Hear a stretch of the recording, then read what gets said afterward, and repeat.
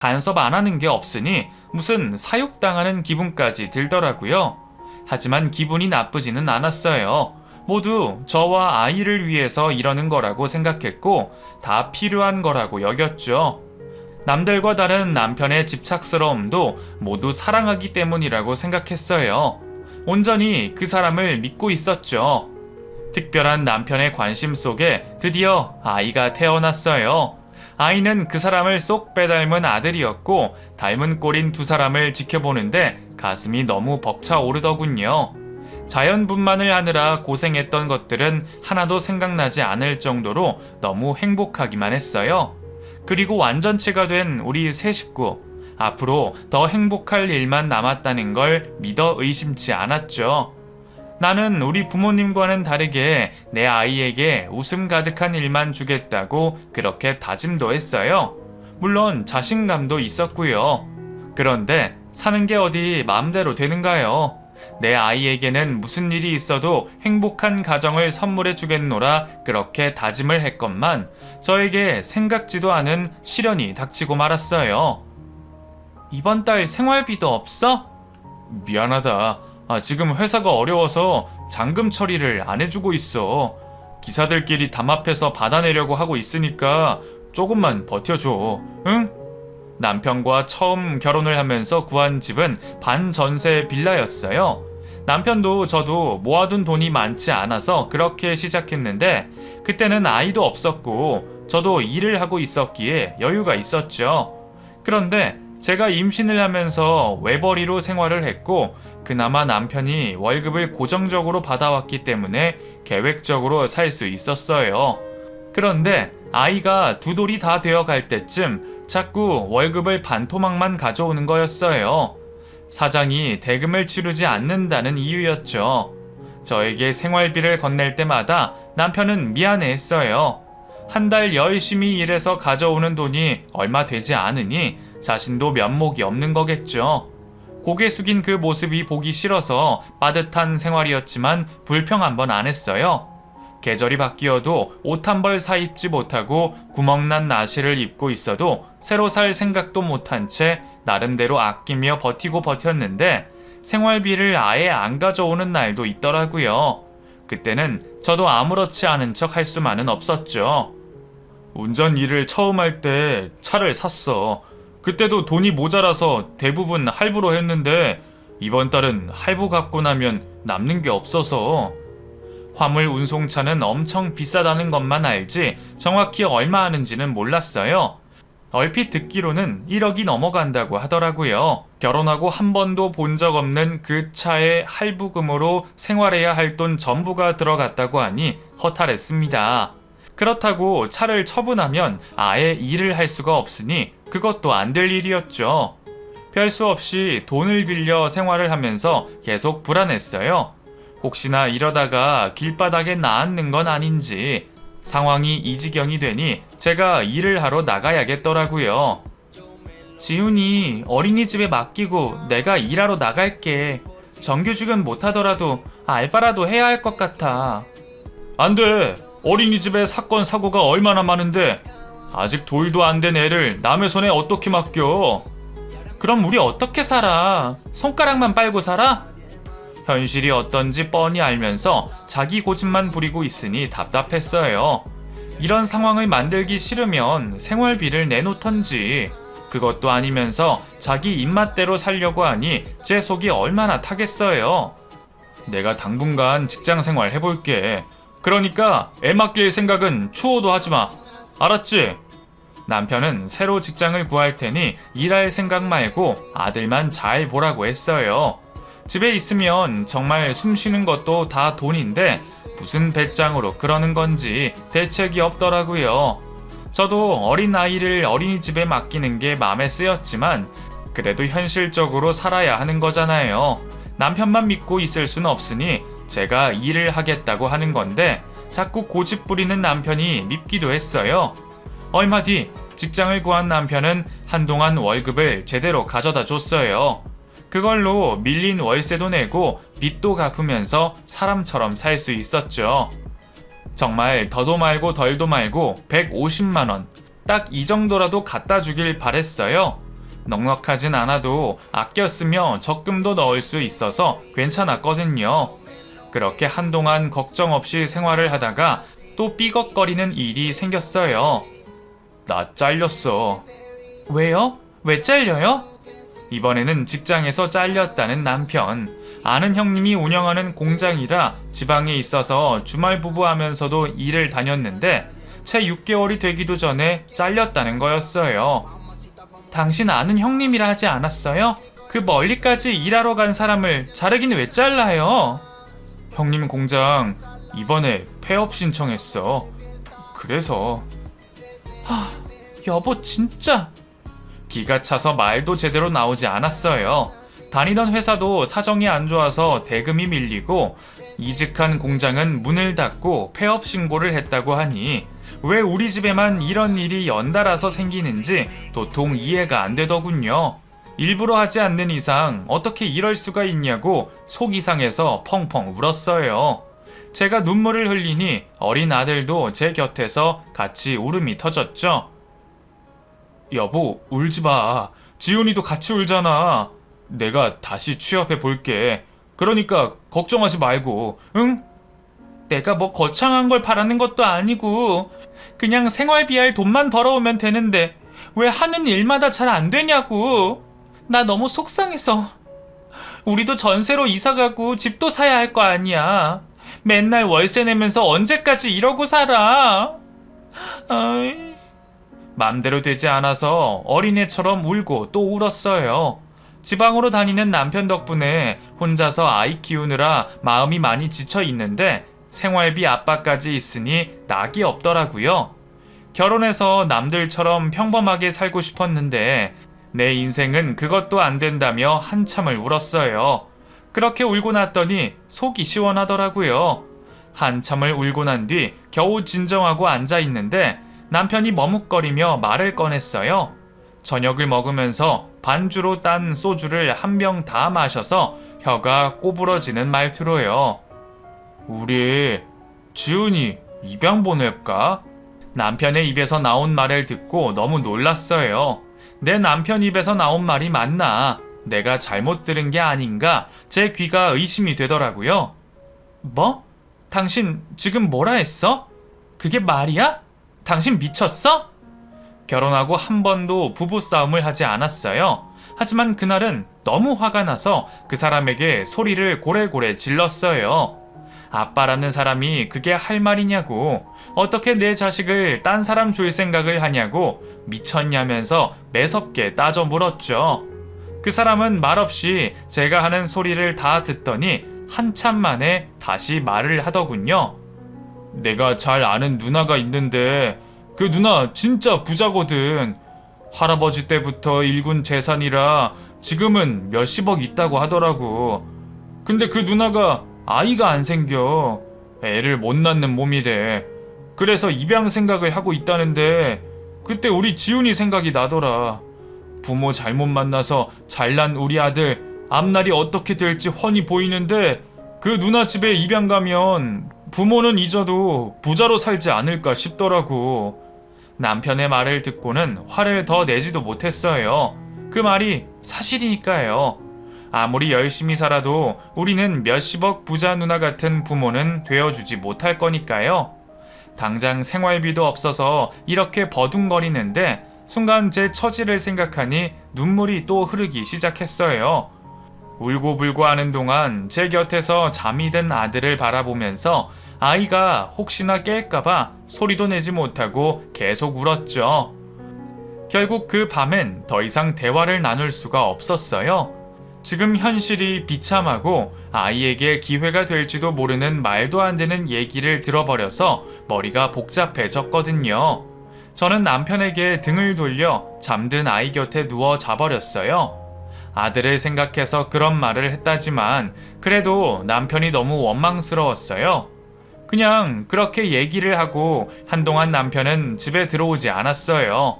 일자리를 구한다며 며칠 지방에 다녀오겠다는 말만 했기에 저도 어디에 가는지 묻지 않았죠. 오히려 제 눈에 보이지 않는 게 더 속이 편한 것 같았어요. 입양에 대해 미련이 있어 보였거든요. 절대로 하자는 대로 하지 않겠다고 혼자 다짐하며 아들과 지냈어요. 며칠 뒤 집에 온 남편은 어김없이 입양 얘기를 꺼냈어요. 그 집에 입양만 되면 부잣집 아들로 살 수 있다면서 제발 다시 생각해보라고 사정하더군요. 내가 알고 있던 남편이 맞나 싶었어요. 아이를 임신했을 때 먹는 거, 보는 거 하나하나 다 신경 썼던 사람이 어쩜 이렇게 변할 수가 있는지 믿을 수가 없더군요. 그런데 문제는 옆에서 계속 설득을 하니 제 마음도 흔들린다는 거였어요. 내가 아무리 평생 먹지도 자지도 않고 번다고 해도 그 돈을 저는 절대로 벌 수 없을 테니까요. 그렇다는 건 제가 아들에게 해줄 수 있는 건 아주 적다는 것. 어쩌면 아들도 저처럼 별 볼 일 없이 살아갈 수도 있다는 것. 그게 마음에 걸렸어요. 제가 흔들린다는 걸 눈치챈 남편은 더욱 강하게 설득을 했고 저도 점점 설득이 되어가던 중에 모든 상황을 뒤엎을 일이 생깁니다. 그 일로 저는 남편이라고 믿었던 작자와 인연을 끊어버렸어요. 그리고 이후 아들을 홀로 키우게 됐고요. 그 일은 남편의 세컨폰을 찾으면서 시작이 됐어요. 그날도 저를 열심히 설득하고 소주 몇 잔에 골아떨어진 남편 베개 밑에서 낯선 핸드폰을 하나 발견하게 되었어요. 코골이가 하도 심해 고개를 돌려주는데 끄트머리에 삐쭉 나온 핸드폰을 보게 된 거죠. 처음엔 남편의 핸드폰인 줄 알았는데 디자인이 낯선 폰이더라고요. 이상해서 눌러보니 전원이 꺼져 있길래 켜보았어요. 그리고 그 속에서 남편이 웬 여자와 주고받은 문자를 확인하게 되었어요. 여보, 많이 기다렸지? 곧 우리 아기 데려갈 테니까 조금만 기다려줘. 왜 이렇게 오래 걸려? 그 동생이 입양 보내기 싫은 거 아니야? 아니야, 입양은 결정했고 곧 데려갈게. 알았어. 사랑해 여보. 입양 이야기를 하는 것 보니 남편의 핸드폰이 맞는 것 같았어요. 그런데 상대에게 여보라는 호칭을 쓰고 있으니 이게 무슨 상황인지 황당하더군요.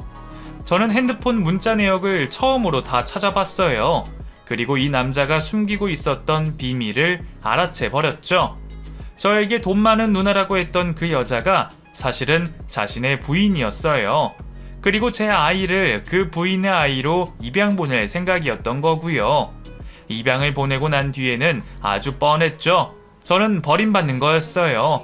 그 모든 사실을 확인하고 나니 피가 거꾸로 솟는 기분이 들었어요. 곤히 잠든 남편이라는 인간의 면상을 보는 게 구역질이 나려고 하더라고요. 어떻게 사람을 이렇게 기만할 수가 있는지. 그동안 저에게 보여줬던 사랑과 믿음은 모두 연기였던 거였어요. 심장이 아파왔어요. 통증 때문에 숨도 제대로 못 쉬겠더군요. 저는 한참을 숨죽이고 통증을 참아냈어요. 이윽고 정신이 들자 핸드폰에서 그 여자의 전화번호를 옮겨 적었어요. 그 여자를 직접 만나봐야겠더라고요. 만나서 사실을 알아내야 했어요. 다음 날 그 사람은 출근을 했고 저는 그 여자에게 전화를 걸었습니다. 그리고 단도직입적으로 김기훈이라는 남자와 애 낳고 사는 여잔데 얼굴 좀 보자고 했어요. 제 말을 들은 여자는 한참 가만히 있더니 좋다고 하더군요. 그렇게 저희는 대면하게 됐어요. 평소 친하게 지내던 동네 언니에게 아들을 맡기고 약속 장소에 나갔어요. 약속 시간보다 일찍 갔는데 그 여자는 미리 와서 앉아 있었어요. 한눈에 봐도 여유가 있어 보이고 우아한 모습이었죠. 안녕하세요. 한수미 씨? 앉아요. 저는 그 여자의 맞은편에 앉아 그 여자를 쳐다봤어요. 상당히 미인이었고 값비싼 것들을 몸에 휘두르고 있더군요. 그에 비해 저는 상당히 초라한 모습이었지만 주눅들지 않으려고 마음을 단단히 먹었어요. 지금 김기훈 씨랑 같이 살고 있다고요? 네, 결혼한 지 4년 됐어요. 아이가 3살이니까요. 아이가 3살? 그 여자는 아이가 있다는 말에 인상을 썼어요. 그리고 저에게 하고 싶은 말을 하라고 하더군요.